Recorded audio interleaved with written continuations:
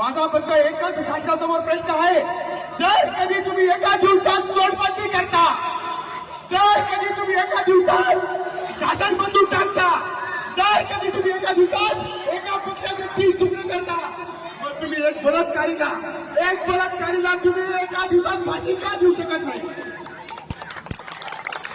तुम्ही एक बलात्कारीला एका दिवसात फाशी का देऊ शकत नाही? मला याच्या प्रश्नाचं उत्तर पाहिजे. ती आज 3.5 वर्षाची मुलगी, ती माझी मामाची मुलगी होती, माझी लहान बहीण होती, ती माझ्या मांडीवर खेळली आहे.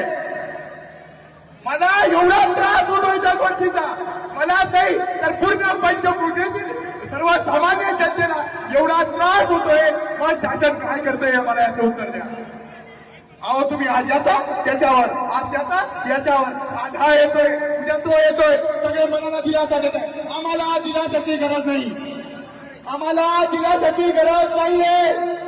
आम्हाला न्याय हवा. एक तर त्याला फाशी द्या, नाही तर एन्काउंटर करा.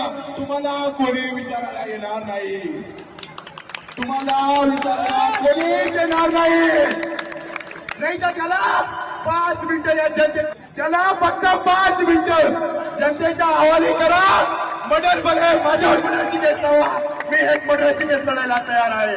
एवढं बोलून बोलतो मी.